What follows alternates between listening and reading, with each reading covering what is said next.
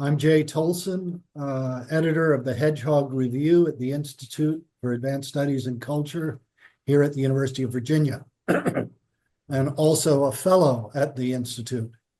I'm delighted today that we have two guests who featured speakers, both of whom are deeply enmeshed in questions of contemporary culture.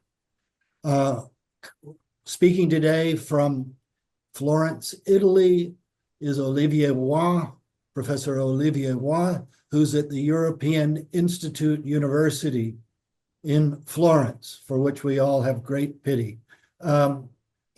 We also today have James Davison Hunter, who is the founder of the Institute, as well as the executive director now. He's the LeBrosse Levinson Professor of Religion. I always forget the whole title, but it's several things. Religion, culture, and social theory. And social theory, yes, yes. And they're here today because both have written books addressing in very large, ambitious ways a critical question of culture in our modern or late modern world. They come at it with different lenses. James Hunter is in his new book, which I shall hold up, Democracy and Solidarity, on the cultural roots of America's political crisis. And Olivier Roy's book, which is The Crisis of Culture, Identity Politics, and the Empire of Norms. James comes at his examination in a way, he calls it, I think, a bookend to his earlier book, Culture Wars. It is a more, I would say, deep historical look at American culture, what it was of what it is constituted, and of why it no longer seems to function. Professor Roy makes the very controversial assertion that we're not living. The title is somewhat head fake, Olivier, because he's saying it's not so much a crisis, but really the dissolution of culture in any meaningful sense of that word. That we are living in a way, we're living through a civilizational crisis that is dissolving or destroying culture in any meaningful sense of that word. And we'll try to get very quickly into what the two scholars mean by culture, because there are overlaps and differences, I believe, in what they're talking about, but we don't want to talk past each other entirely. So just to start with your book, Olivier, you do make that claim that we're living at the beginning of a post-cultural world. And in order to make that claim, you have a very specific definition, not absolute, but a working definition of culture itself. And would you express that? Would you give your quick version of what that is? Yeah, there are many meanings of culture. It could be high culture, literature, arts, etc. It could be the anthropological culture. What are the basis of society in terms of communication and which they are.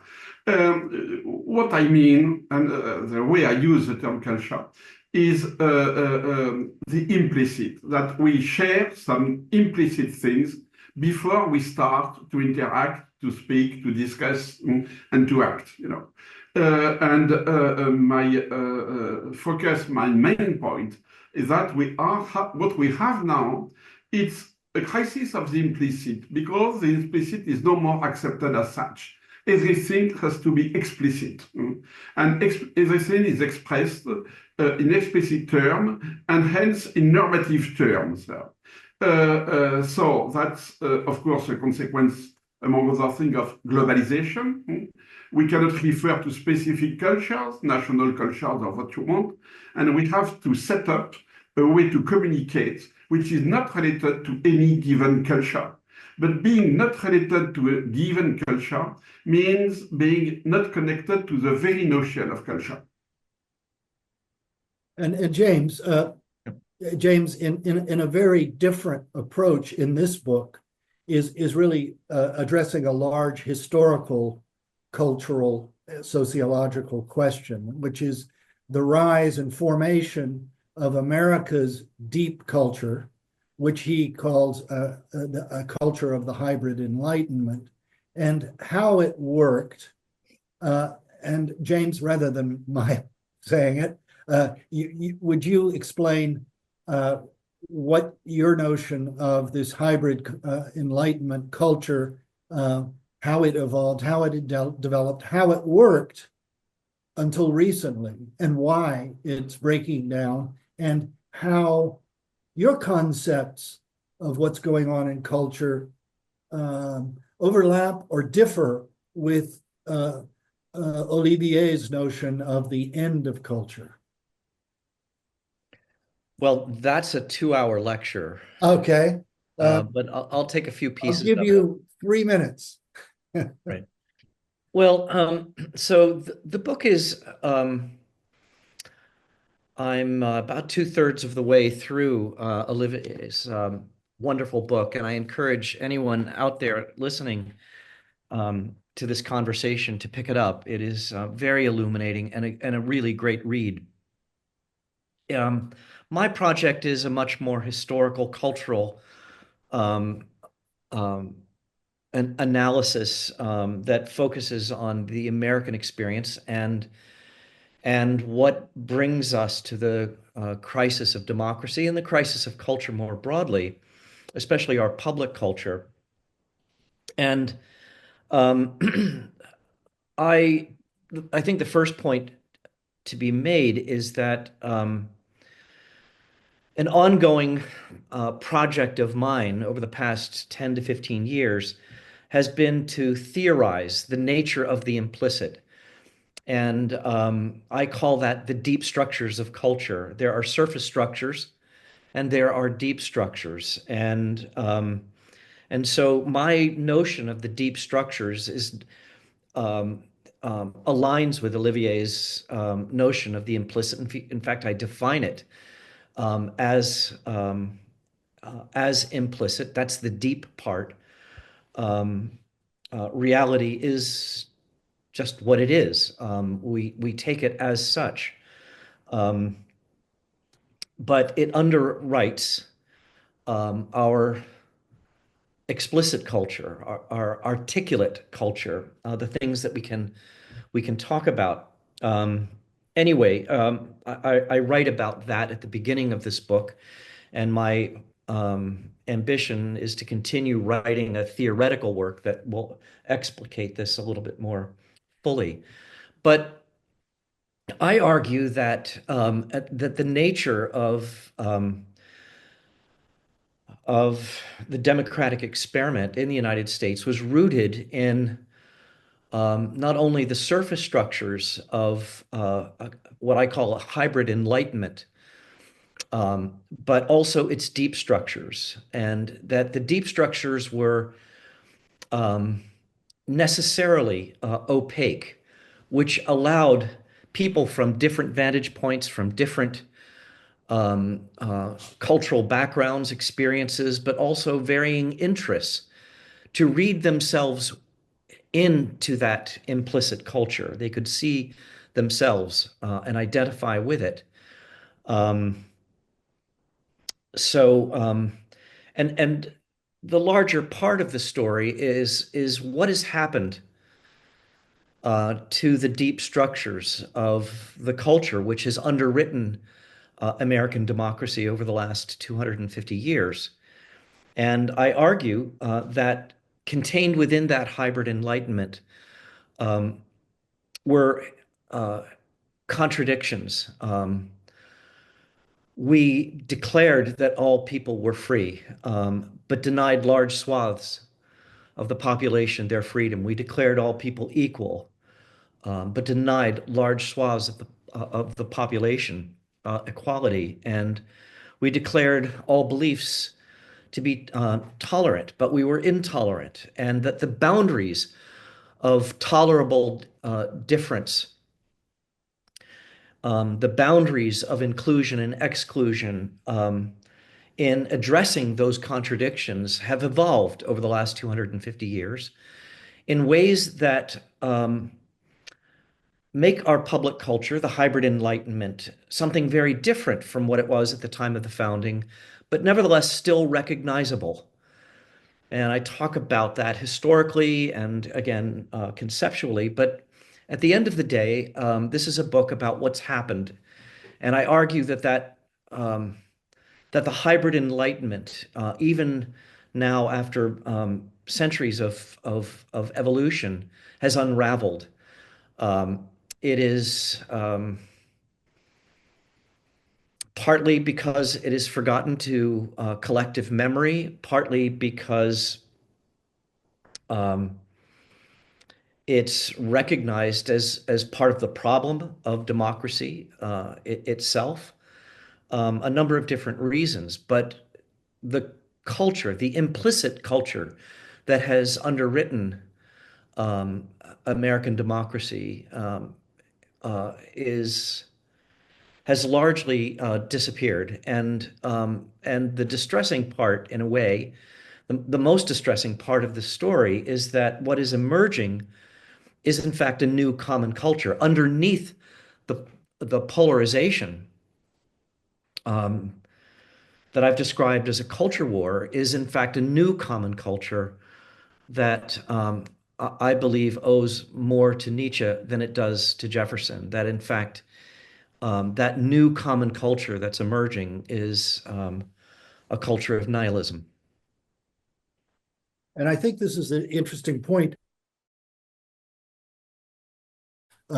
Coincidence between the two works. And I think it's significant that both authors definitely write with religion very much in the front of their minds. Olivier Roy, for those who don't already know, is a very eminent scholar of Islam and political Islam, radicalization, certainly how I came to know his work many years ago and relied upon hugely because of its useful insights into what was going on in that world.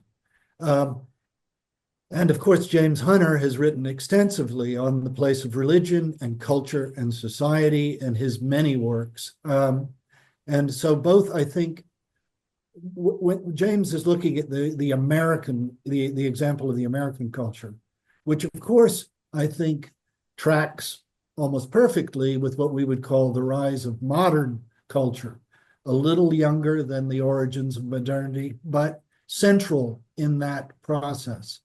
And certainly Olivier Roy in his book talks about the role of American culture in this globalizing process. But I think to draw you two into more direct conversation, and Olivier Roy, as he's written in Holy Ignorance, the separation of religion, or its isolation, or the loss of it as an element in a tension with other factors, particularly our science and rationalism, has led to a weakening of culture in the very exact sense that he uses it, and I think James does too. And so I think both of you are dealing with a desacralization at the base, or at least a loss of the tension that has defined the modern world. And if we are in the truly postmodern world, the loss of that tension. Could you two, Olivier, would you comment on that first? And James and you could perhaps go at that. So we all agree that the Enlightenment gave way to secularization. But you may have a secular culture which is highly religious. For instance, until recently, the secular values of the West, for instance, were secularized Christian values on family, on sexuality, gender issues, etc., etc. It was the same anthropological basis. What we have since, roughly speaking, the middle of the 20th century is not just a secularization, but the de-Christianization of Western culture. The fact that new values like individualism, sexual freedom, etc., are no more secularized Christian values and go against these secularized Christian values.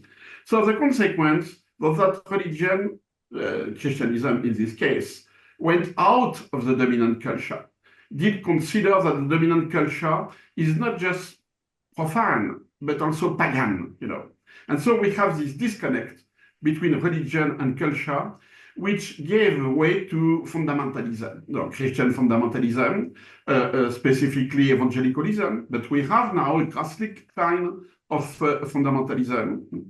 And in Islam, the same thing, Salafism is a way to recast religion as a purely normative system in societies which are no more, anthropologically religious.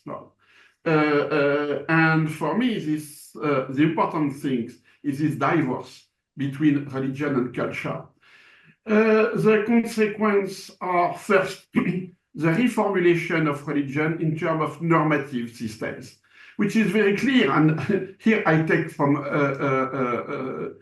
James Hunter, of course, the culture war. In the 70s, in the USA, suddenly abortion became the issue. And it's still the issue. While it was not the case before, abortion was not necessarily authorized, but it was not a central issue in politics. And now it's one of the central issues in politics. Why? Because it's a purely, I would say, a normative reformulation of religion. Religion does not speak anymore about spirituality, about society, about what we have in common, etc. It's essentially expressed as a normative code. But what we have on the left is no more an enlightened vision of the society. The left is turning to identity politics also, For the left, religion is just a cultural marker. The Hindus do like that, the Muslims do like that, and we should consider the religion as identity. The Christian right now is not necessarily practicing religion. This is very interesting to say that almost everywhere, the populist leaders who are pushing for a return to a Christian identity of Europe are not Christians. Not only they don't really believe, but they don't behave. They don't behave like a Christian should at least seem to behave. Melanie, Trump, Marine Le Pen, they are product of the 60s. They are product of let's say, sexual freedom, individualism, free market, and all that. Not absolutely of a traditional Christian society. So they use the term Christian as a purely identity markers. So the universal values, whatever they are, freedom, religion, human rights, etc., are turned into identity markers of a given community, which is defending itself against the enemy. And that's, the big new thing. The other guy is an enemy, It's not a political adversary. It's not somebody that we disagree with. It's an enemy. So the violence of the political debate today is largely linked to this deculturation of the political field. Yes, and this, I think, does track very well with James, your history and your account of the emergence of nihilism. For the current issue of the Hedgehog Review, James has written Culture Wars, the End Games, which is a sort of look at the specific issue of this new common culture, which he says is a culture. It's not a non-culture. and that it's a culture of nihilism. But I think that overlaps with what Olivier is saying. James, would you say, would you elaborate on that a little? How Well, that cult so I agree with Olivier. In a way, there's a certain way in which modernity produced religion. And by that, I mean that modernity itself, which is only extended now into late modernity, um, created a self-consciousness about religion as such, about religious belief as such. In a way, religion today is um, can only be understood in its relationship to modernity. In the pre-modern period, one was not that self-conscious of religion. Religion today is a faith that is conscious of itself as religion, as belief. One can no longer today believe innocently. Mhm. Um, and so, and I think that this process, I mean, well, let me just use an example. I mean, fundamentalism um, is oftentimes thought of, at least by those who hold to it, as the attempt to reclaim orthodoxy, to reclaim the traditions of the faith, when in fact, fundamentalism only exists in the context of modernity and late modernity as a reaction um, against that which it sees as its enemy. So, in the American case, American fundamentalism invented this notion of inerrancy, biblical inerrancy, as a way of reclaiming biblical authority. But to read Augustine, to read Aquinas, to read Calvin or Luther, there is no notion of biblical inerrancy. That is the strict, literal interpretation of the Bible as authoritative. Scripture was, in fact, authoritative, but not in the ways that the fundamentalists of the early 20th century understood it. So, faith in modernity is, by its very nature, reflexive. It can't be held innocently, or it's hard to at least find a kind of innocence of belief anymore. And in that context, uh, religion emerges precisely the way Olivier describes it, and especially now in the early 21st century as an identity marker. Part of the evolution of the culture wars from the late 1970s, early 1980s to the present, um, especially on the Christian right, um, um, is precisely in that direction. In the early culture wars, the Christian right defended its position, made its claims in public on the basis of certain theological grounds, and was prepared to defend that. Richard Newhouse, in his argument about the naked public square, was arguing for the legitimacy of theological foundations for the ordering of public life.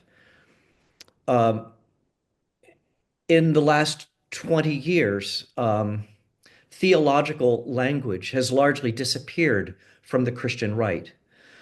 Um, the conservative base, much of the conservative base for the Republican Party and for the Trump presidency um, are is defined by evangelicals, many of whom are no longer necessarily even Christian. The word evangelical is a kind of identity marker.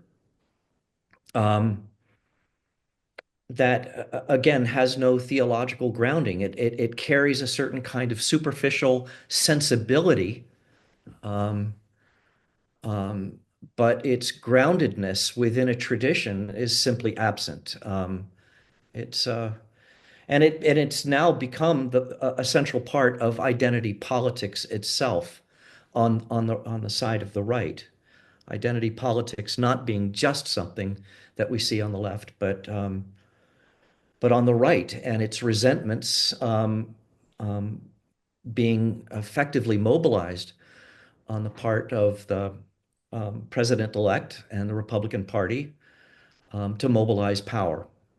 So, and incidentally, I mean, on the left, the religious left is also it instrumentalizes religion in this kind of reflexive way as well. It doesn't matter whether people actually believe, but there are people on who inhabit the pews of more progressive churches, and the Democratic Party instrumentalizes the faith of progressive believers and in ways that are perhaps equally cynical. Thank you. Olivier, would you describe the sort of four forces that you say have brought us to this stage, this civilizational crisis? Just to put those on the table, and again to see if there are parallels between what your analysis and James's. Would you describe those four principal? You don't say any one of the causes is primary. They're all mutual. They're mutually supportive. And what would those be? Yeah, first, the 60s. The 60s are an anthropological term because it's the 60s consider that culture is oppressive, that to be happy, we have to go back to nature, we have to follow our desire, and we have to get rid of cultural oppression, of norms in society, etc. So the 60s are the advancement of the desiring individual. That's the core of the 60s. My body is my business. I do what I want. And the idea was that society should, the only way to have an harmonious society is to let the people express their own desires and that these desires will fit together. Of course, we know that it didn't happen, but it's another story. The second point is, of course, neoliberalism. Neoliberalism has the same view of there is no society, there are only individuals. The individuals are entrepreneurs, and if they are successful, it's because they're good. If they are not successful, it's because they made mistakes. So we have a convergence in the definition of society based on individuals between the hippie movement, I would say, and the neoliberalism. The third point is, of course, internet. Internet is creating a virtual world where you exist as an individual and you connect with other individuals. The communities are not natural communities. They have no social roots, social basis. They are communities of proximity, not territorial proximity, but you are meeting people who are like you, or who claim to be like you. So we have the construction of identity communities. It could be, people who are fans of a football club or who are a fan of manga or who are trying to meet, and so it doesn't matter. The real individual is not in the group. The group is virtual. And the last point is globalization and deterritorialization. The fact that we have now to communicate with people from different cultures, not by knowing their culture, it will take too much time, not by sharing a common culture, the Western culture, for instance, but by setting up a system of communication which explicitly get rid of culture. It's what I call, for the language, it's what I call globish. We don't speak English. We speak Globish. Why? The difference is that when you speak English, you have to know the English culture. You can make literary references, you can make jokes, allusion to the English history, to the British history, to the American history. You can quote Shakespeare and so on. So, no, now you are allowed to make just one quote to be or not to be. And if you try to find other quotes, it's finished. People consider that you are a boring intellectual and don't speak to you. If you want to be understood, you have to simplify your English. Even if you are well-educated English gentleman, you have to simplify. For instance, to use a vocabulary about 2,000 words. If you try to use more, even if you know these words more, but good, you may not be understood by the other guy. So there is a process of self-simplification, self-impoverishment, self-deculturation. We deculturalize our way of speaking. Let's take emotions, Emotions are very cultural. You smile or cry very differently from one culture to the other. So now we don't know if you have a Japanese guy who is smiling, you don't know if he's happy with you or if he is furious against you. You don't know. So what you do, you create an international system of expressing emotion, the emoji, the emoticon, and in this case, I am happy, I'm not happy, I'm half happy, etc., etc. So this is a typical process of deculturation to allow communication. And in your daily behavior, it has to be the same. Yes is yes, no is no. You cannot say, it's my culture, or it's my unconscious, which is making me to do that and that. No. Everything has to be explicit, and so everything has to enter into a normative system. So we have a conjunction of these four levels. And the big paradox is that it's the idea that sex is good for freedom has ended in the idea in the normalization and normativization of sexual relations. There is no real freedom. Because real freedom is domination. Real freedom is violence. So the only way to manage this domination, this violence, in the absence of a cultural system, like politeness, for instance, then it's to make explicit norms. So we have a conjunction between this individualism of the 60s and the modern normative system. It's not, in this sense, normativity is not going back to a pre-60s society. It's not going back to a Puritan society, to a Victorian society of the 19th century. The system of normativity that we are confronted with now are modern, entirely modern. And are shared both by the right and by the left. So woke movement is a normative movement. The evangelicals, they want to turn the law into a very intrusive normative system concerning sex and concerning women, because it's at the core, of course, of the obsession of the evangelicals. James, how would you historically go at the question of the breakdown of the deep culture in America? Some of the more historical moments. It doesn't immediately. It keeps working for a long time, as you show in your book, the ways in which we work through the various tensions in our culture, our hybrid culture. But what to you is a critical turning point where we seem to either misconstrue what our culture is, or its elements no longer seem to be manageable in a way that allows some kind of eventual consensus to emerge.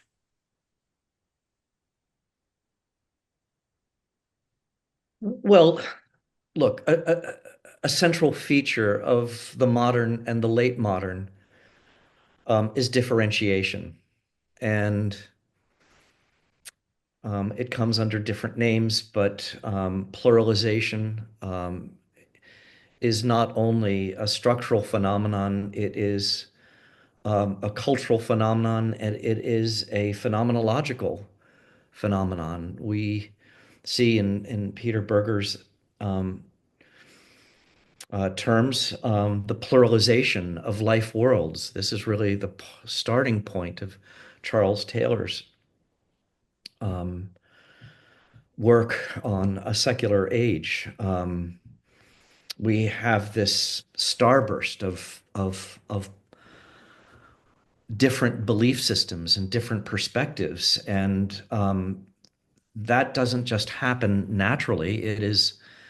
It happens through certainly the deterritorialization that Olivier speaks of, but it also happens through social media, the expansion of communications technologies more broadly.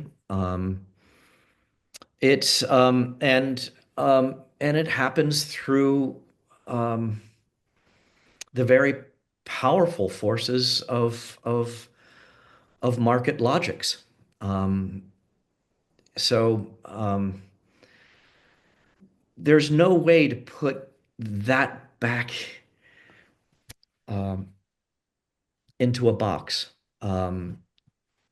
We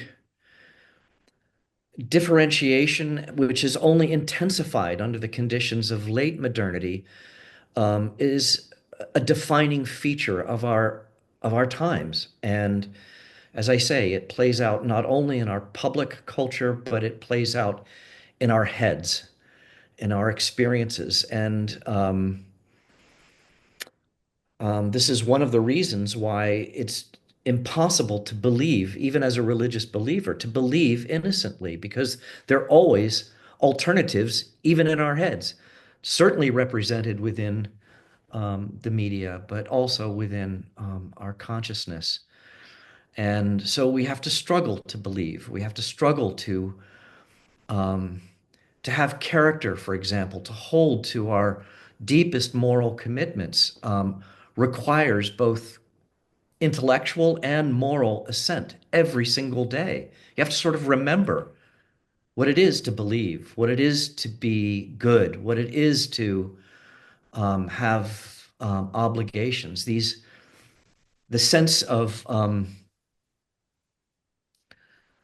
the sacred, of the moral, of the teleological, of reality itself is something that one has to will oneself to um, uh, almost day by day. This is again a place where Olivier and I come together. This notion of a deeply settled culture that exists as a habitus for lives lived, for daily, for everyday individual experience has largely evaporated, disappeared. It's gone, and the structural forces that have brought that about are many, and they are very, very powerful. So again, sort of returning to a world in which um, a habitus, a sustained habitus, can exist, in which children can be formed, in which families and communities can operate with a certain taken for grantedness. That is it. I mean, certainly today it's impossible, but the question is it an inevitable feature of the future?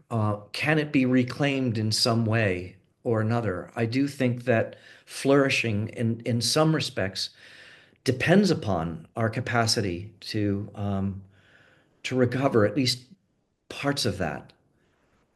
I think you have argued elsewhere, James, and I think it's relevant to our discussion now, is that in a way, I think our culture, whether it exists or not, suffers from perhaps a debased version or a bad version, put it simply, of secularism as an ideology.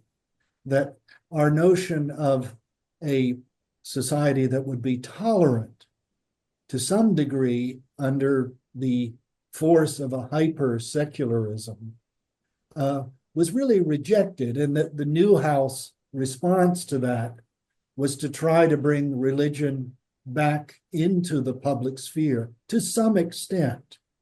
Now that desire perhaps almost certainly became over politicized and corrupted, I think, the larger sense of a need for deep traditional systems to orient lives. So in a way, this project, the Newhouse Project, to some extent, has been corrupted by what I would call over politicization. But I think you have pointed to the fact that we can restore a healthier secular society by respecting strong differences, by really recognizing that there, in a plural society, there are going to be powerful differences around the deepest convictions, and that we cannot construct a kind of bland, let's all agree upon. We need ethics that are rooted in a tradition, in a history, in a set of convictions, and if we want to use the word, beliefs. I mean, that, it seems to me, is what your hope is. I might be wrong in overreading you. And I wonder if, Olivier, if you see that as an emergent possibility on the other side of the Atlantic, at least, and in other parts of the world. Is there an opportunity for strong pluralism, not simply bland, watered down secularism? Well, if I can jump in, I do think that in our late modern moment, it's essential that we moved in a very deliberate way into a post-secular public culture. Post-secular in the sense that it recognizes that there are competing epistemologies and competing cosmologies that none has, at least in our public culture, any superiority over the other. Every advocate of any particular cosmology is going to know intuitively that theirs is superior, but resolving that is going to be impossible. So a post-secular culture recognizes particularity and allows that particularity to flourish, and that a common culture could be discovered inside a thick conversation, public conversation about the things that are held in common across those particularities. You know, I used to say quite a lot that religious communities would rue the day when they denounced secular humanism, because at least secular humanism aspired to be humanistic. In the turn toward a nihilistic public culture, in the triumph of Nietzsche, we are not only post-Enlightenment, we are increasingly post-liberal, um, and the competing will to power increasingly defines the anti-humanism that defines that Nietzschean and nihilistic turn is, I think, the biggest challenge we face going forward. And so somehow struggling to find a genuinely post-secular um, public culture that creates space for particularity and a generous tolerance within that pluralistic um, that pluralistic public culture is certainly essential. Doing that requires that we depoliticize these cultures, that we recognize that there is a distinction between the public and the political. But the public has been so colonized by the political and by this competing will to power that that has to be overcome as well. Olivier, do you harbor any sort of hopes or projections for how, in this, in your view, post-cultural age, forces that we once called cultural, including implicit shared beliefs of notions of reality? I mean, part of it is that, we seem to have lost shared notions of fundamental reality. We thought we agreed upon those in the past, but that was an earlier variety of modernism, of modernity. We're now in an age that, from the high philosophical reaches, has destroyed the conception of a shared reality. From the most advanced science, that notion has been, to some degree, shattered, or at least simple interpretations of it. How do we bring a sort of strong pluralism into, use it to furnish a public world, unless we have certain terms and shared conceptions of reality, of fact, of truth? The problem is that society is no more a given. We do not have the sense to belong to a society in the large sense of the term. One of the reasons is the disappearance of a common culture, a culture which could be visible in a sense, both implicit and visible. So pluralism now, what does it mean? It means to recognize the other as an other, but not as an other individual, as a member of an other identity group. So this is the problem, because by pluralism, what we see is a collection of identity groups, which may or may not live together. But we don't see what is common ground for these identity groups. No. So for instance, take multiculturalism. Multiculturalism means by definition that there is no more a culture. That the different so-called cultural groups are in fact defined by a set of markers. Let's take the Muslims in Europe. They are not constituted by a culture, but by a religious reference. They may be Egyptians, Indians, French, converts, what you want. So it's not a culture. It's certain numbers of markers. The veil, for instance. But some Muslims would say, no, the veil is not a religious marker. Some other would say, yes, it is a religious marker. What is the definition of halal, etc.? So we discuss on how to define a set of markers, how to make them legal or illegal, how to accept or not accept these markers. But still, we're not confronted with a society or with a real community. Secularism has a problem to understand religion. Secularism cannot understand religion. So religious groups will always be seen as cultural groups. We cannot recognize the faith of an individual. We can recognize claims by this individual. As Christians, I am opposed to abortion. Okay. As a Muslims, I should eat halal. Okay. So we have a set of norms and markers, and we have to deal with the issue how to combine all this set of markers and norms to have an acceptable, life in a common territory, country, what you want. But still, it doesn't make a society. That's the big problem. So the problem is how to build, to rebuild social links. Social links did exist. They were based on territorial proximity.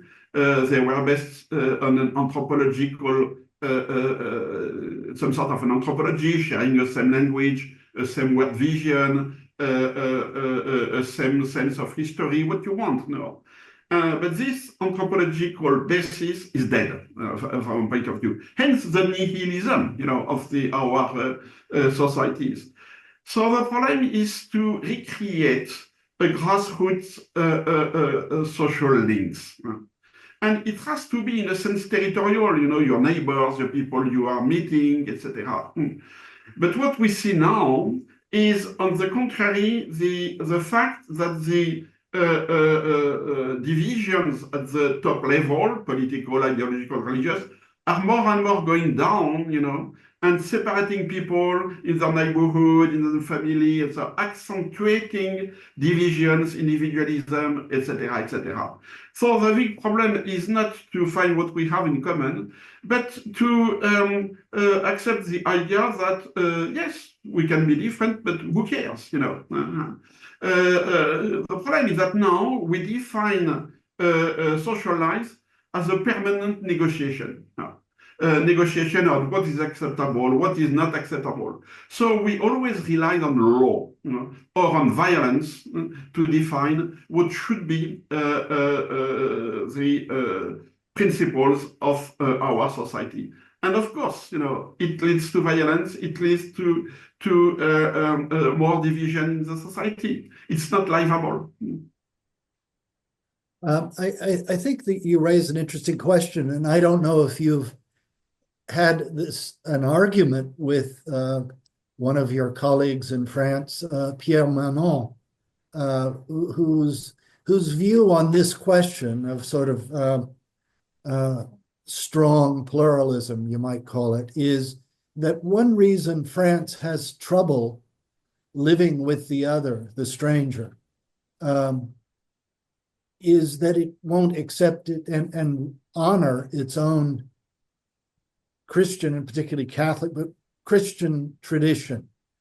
And that only if it can accept its own traditional religious values can it learn to be comfortable and unthreatened by not just Muslims, but any other religious formation or secular formation in France.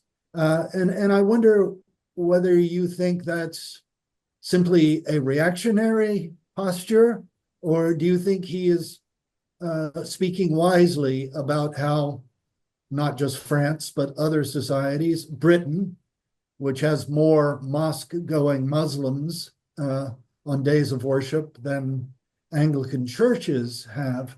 But in a way, I think England benefits from having an established religion, even though that there are not that many people attending the churches of the established religion. It might allow for a little more tolerance. I wonder what your thoughts there. And James, I wonder what your thoughts in the American context. I know well Pierre Manon. He is a nostalgic of a society which never existed. So when you speak about the legacy of Christianity, we should, go back to the legacy. We should accept the heritage and so on. The problem is that when you have a legacy or when you have an heritage, it means that there is a dead, that somebody is dead, and what is dead is Christianity. When you have 2% of the French people going to mass every Sunday, What do you mean by going back to our roots? So the problem is not about the roots. The problem is about the branches now. The roots are roots. It's done now.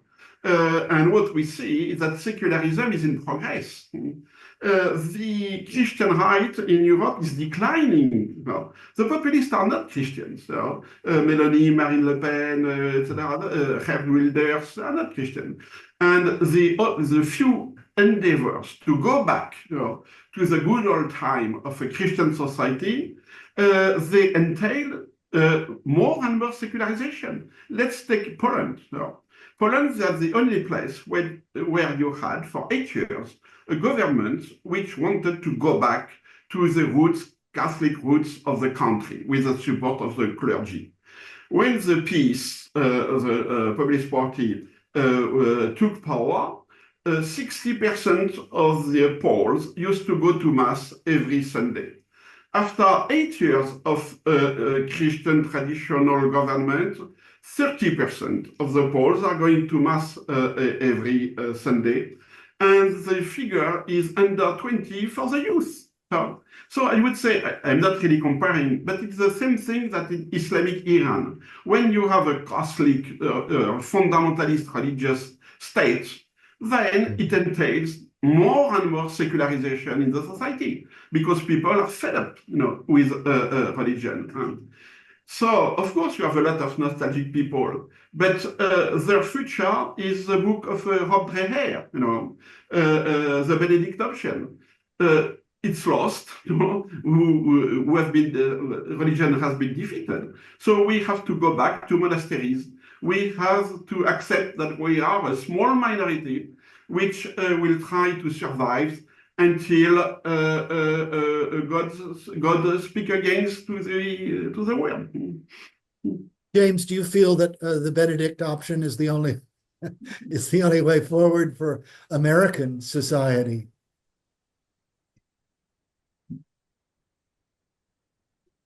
Well, I mean, I think the way that the Benedict option has been framed is not the way forward. I think it has been framed as exclusive, as insular, and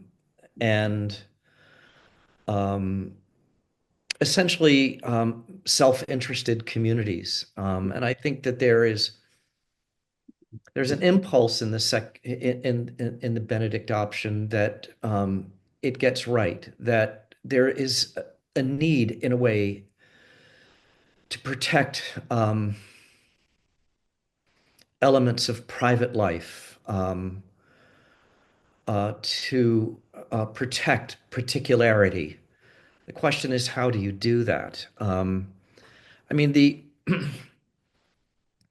problem of neoliberalism, just to bring that up, neoliberalism is mainly thought of as a kind of economic set of policies. In fact, it is a cosmology, and it has spilled into politics, spilled into moral formation. It has spilled into everything, and in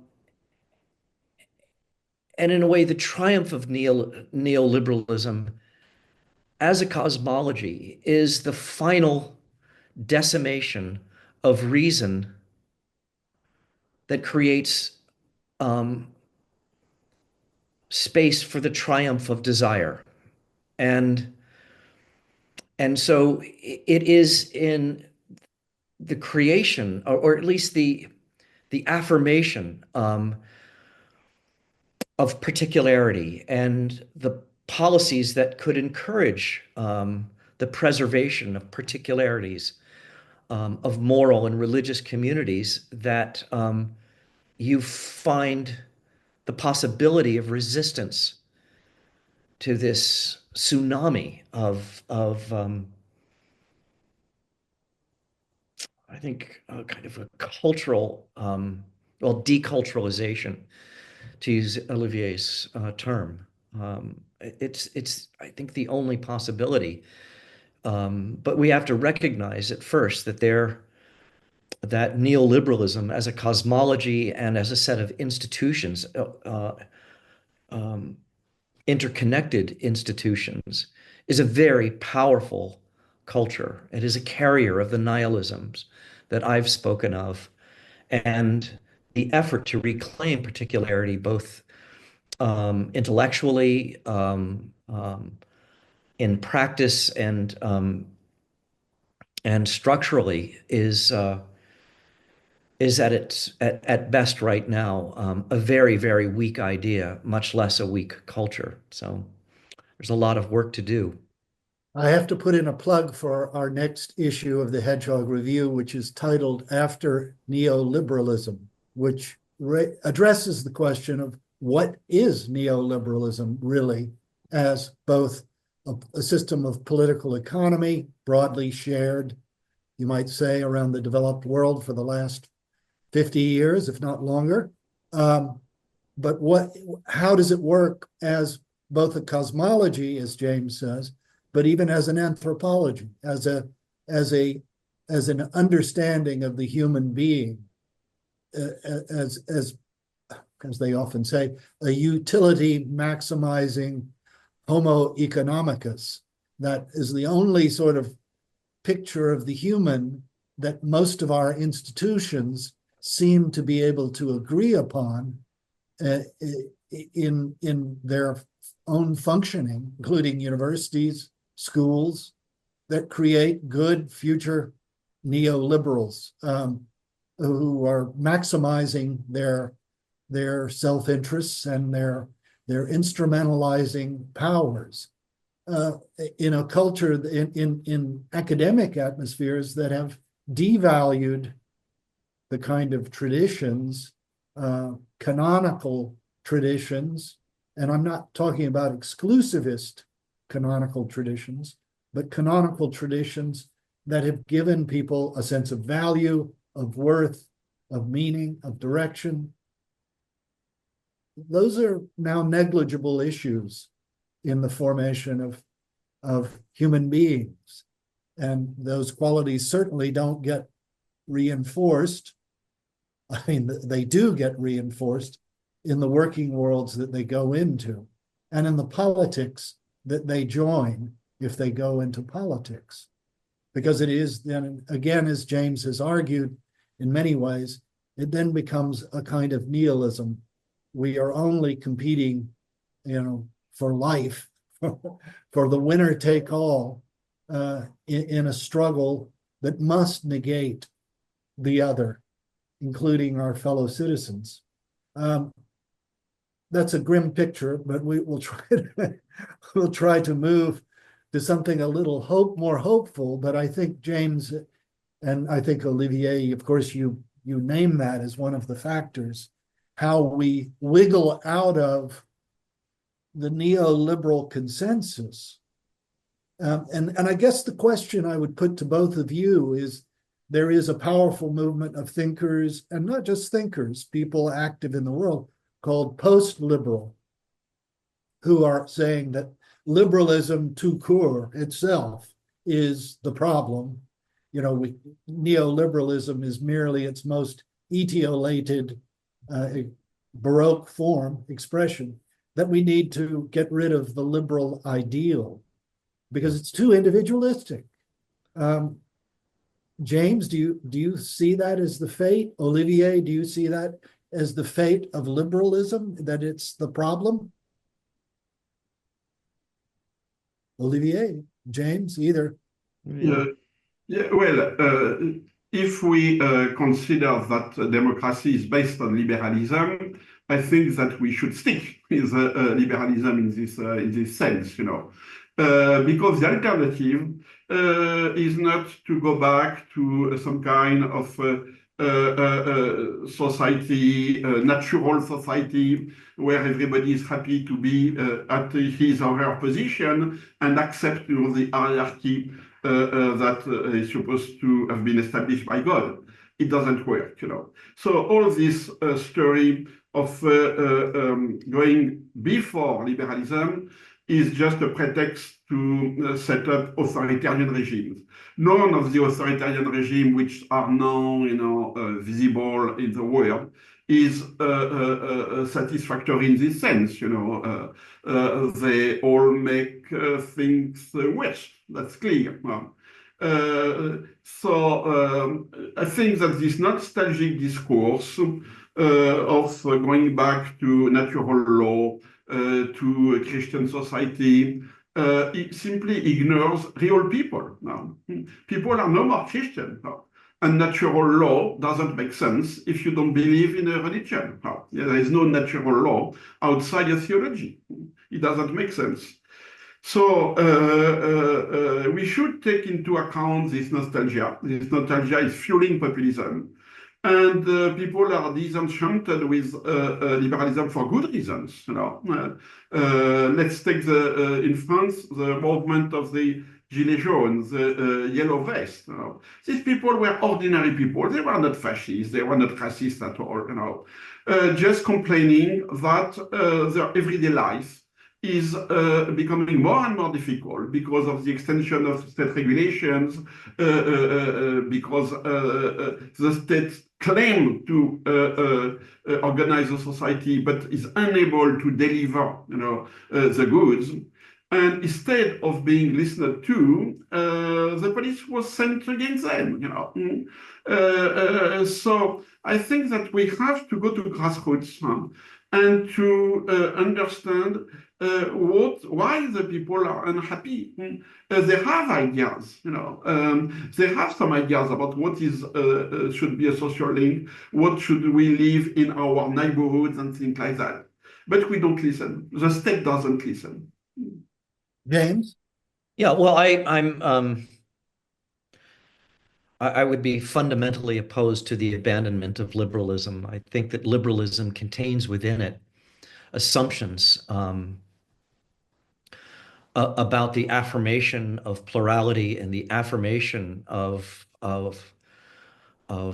tolerance toward difference. I am fundamentally opposed to the deformations of liberalism, of which neoliberalism is the dominant form, not only, again, as a cosmology, but as a set of structures that I believe are the carriers of the nihilism that we face today. And Kyle, I think we could go to, have there been some questions asked, written? Yeah, we have a few questions. One is, I guess, more of a comment on this issue of reflexivity that James mentioned earlier. Melissa has a point about how Ecclesiastes, obviously an ancient text, is all about doubt and the loss of meaning. And she suggests that she's not sure that self-conscious questioning is a particularly modern problem. No. And I wonder how James would respond to that comment. Well, it's not modern. I mean, you find it in Gaston, of course, very prominently. I do think it is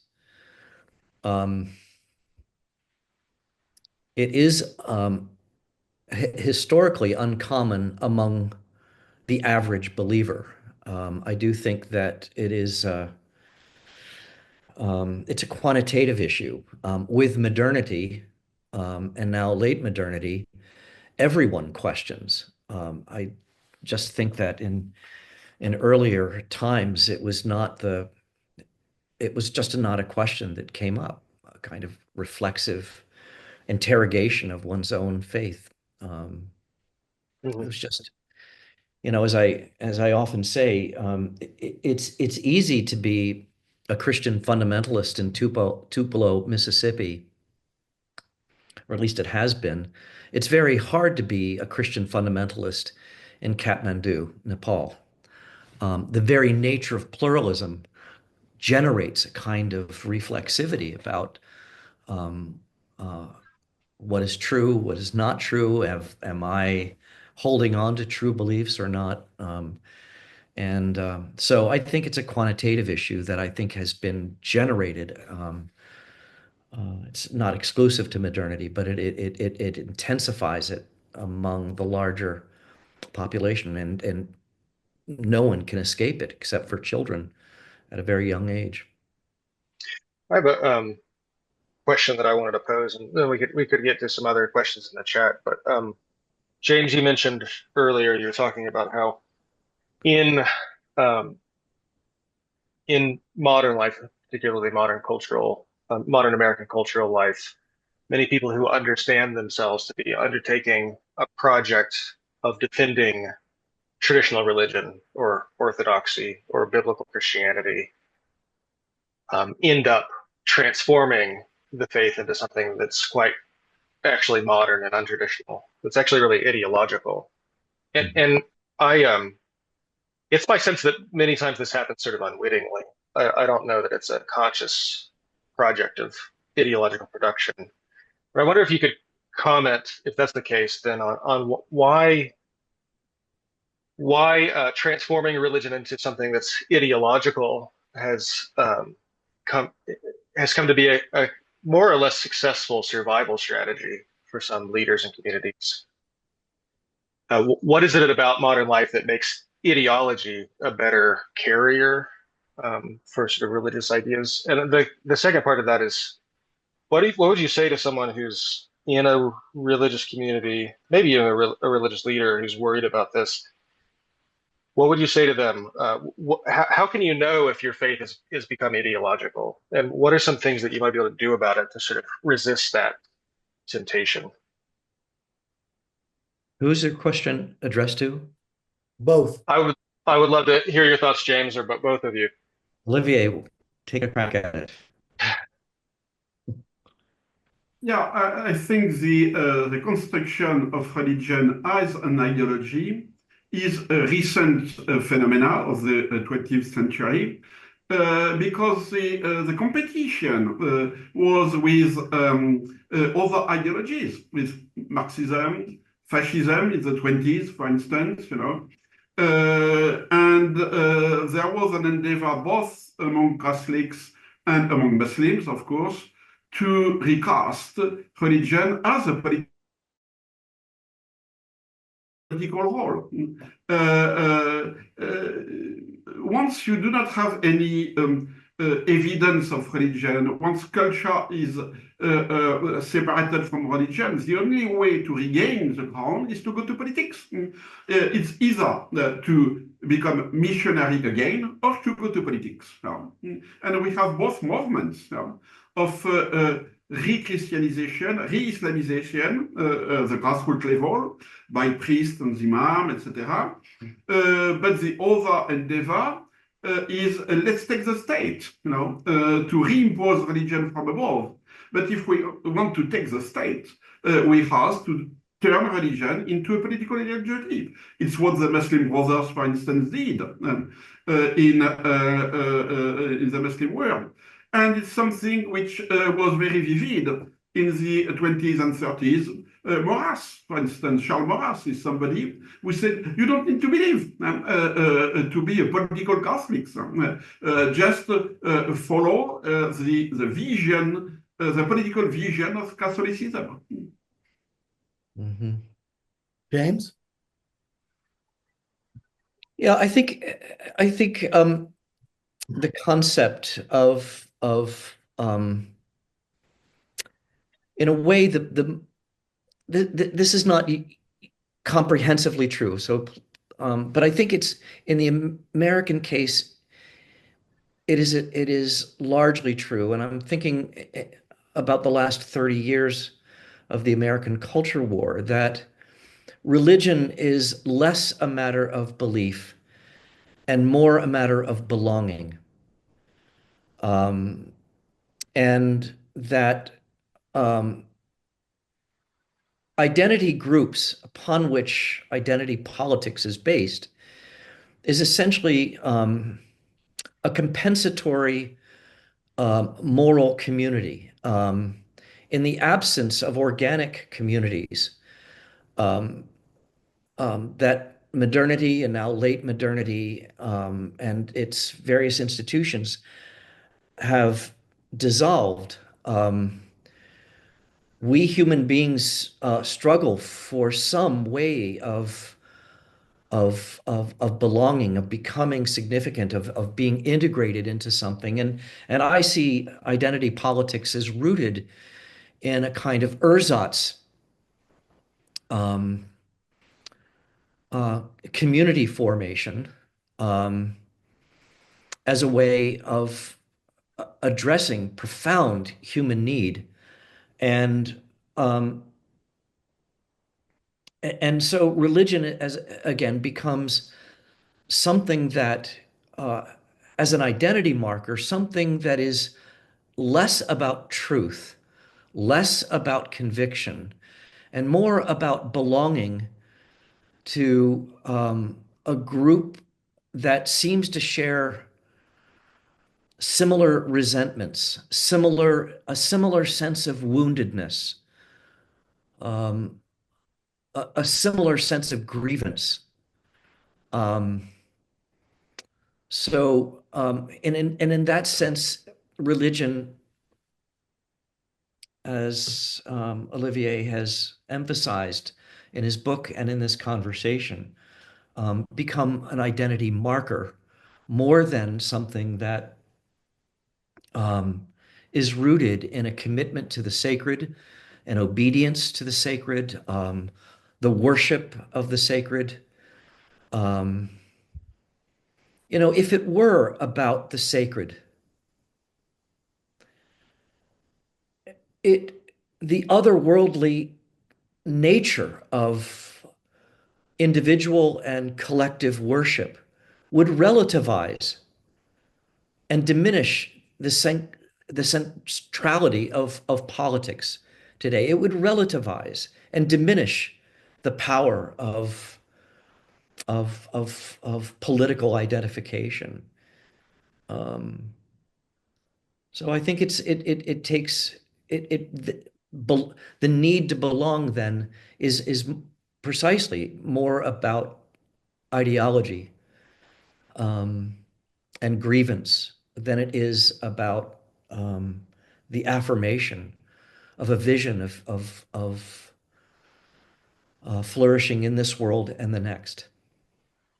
I think, Kyle, to respond, I remember there was reporting 4 years ago, even farther, about certain, particularly evangelical churches and pastors in them who were issuing sort of proclamations from the pulpit saying, look, this is not, Christianity doesn't have anything to do with QAnon, the beliefs of QAnon. And those people who are trying to sort of be QAnon, followers and remain in this congregation have to make a choice.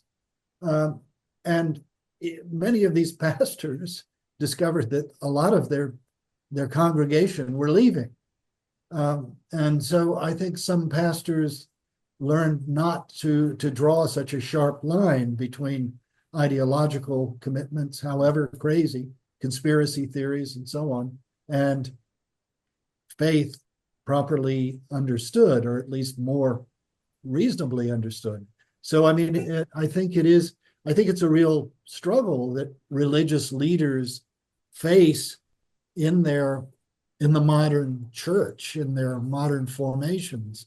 I certainly know in the Muslim world, when I was writing about that, I saw Muslim prayer leaders and imams and others struggling not to give in to the more radical interpretations of Islam that Olivier Roy writes about in his books that were sort of being spread largely by the Wahhabi religious establishment.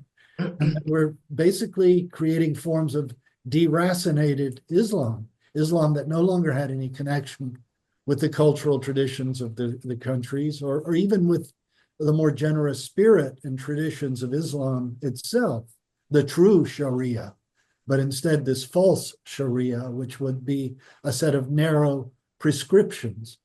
But, the everyday Muslim prayer leader or imam is having to struggle with a congregation that is saying, you're not a true Muslim anymore. And, so it's a challenge of modernity and of religious leaders dealing with modernity, is how do you extract How do you preserve? How do you protect from this very instrumentalizing politicization that has beset religion and culture? Are there any other We questions? have a question here. Yeah, we got a question here that I think touches on that point quite well. Matthew calls asked this question, and I think James and Olivier should both weigh in on this. Um, do you think one possible direction for culture is a bifurcation between a culture that lives and is formed by the deterritorialized virtual digital world on the one hand, so sort of digital deracinated, not local on the one hand, and a culture that rejects the digitalization of life in favor of rebuilding local, given in real life experience?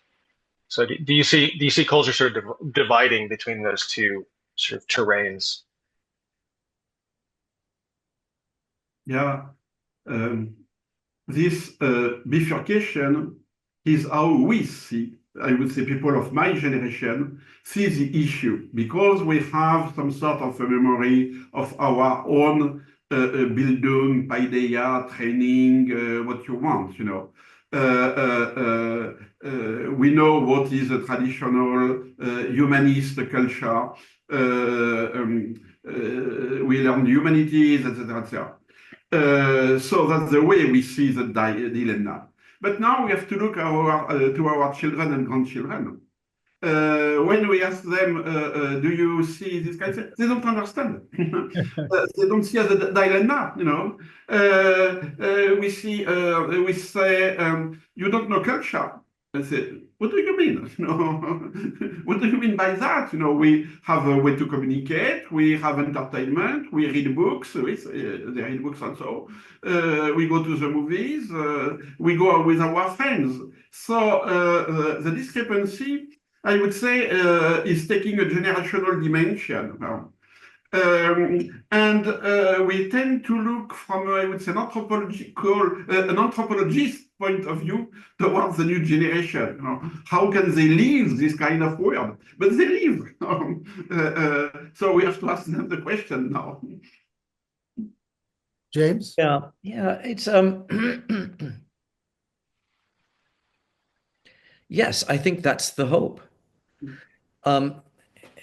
Every society is differentiated institutionally, but it's differentiated as well in that there are always strong institutions and weak institutions. And that's not a bifurcation, it's not a duality, it's a continuum. And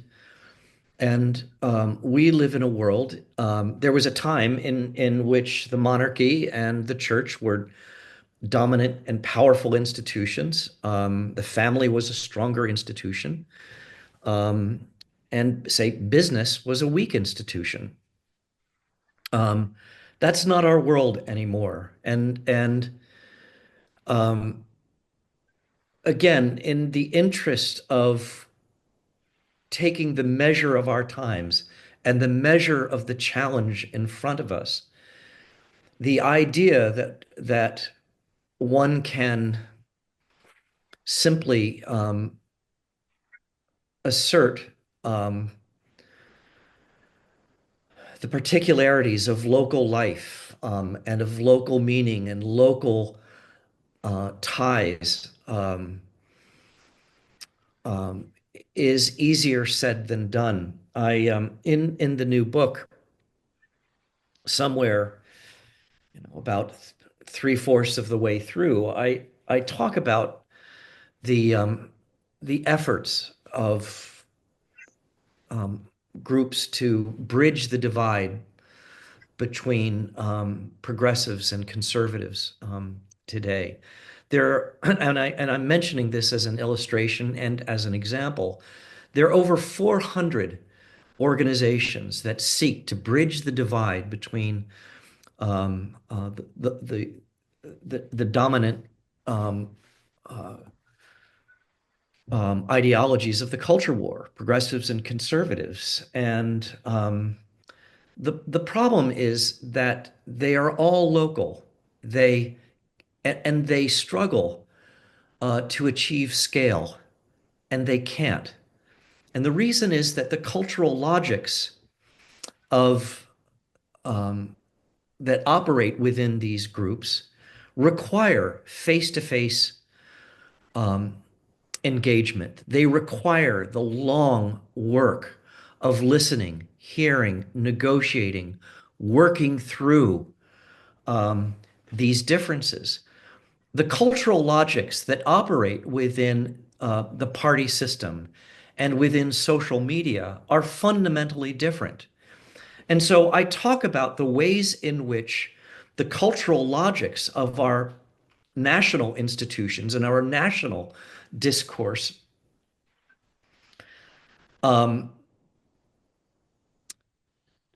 that there is seepage from the national into the local just by virtue of the power that these national institutions have. Local institutions are doing really important work, and I applaud them. But in taking the measure of the challenge in front of us, we need to understand that the challenge is easier to state and than it is to actually realize in practice. I want to thank everybody, but particularly our featured speakers today, Olivier Roy, James Hunter, Kyle Williams, my colleague, and everybody who had a question. I'm sorry, we'll try to shuffle some of these questions on to people. There were many good questions, but we've already kept our speakers 30 minutes almost beyond a respectable hour. And we could have gone on, I think, even longer because they both have so much to say about what is, unfortunately, a major challenge is to our own times. But special thanks to you, Olivier, for maybe missing part of your dinner, although you're in Italy and dinner starts later there.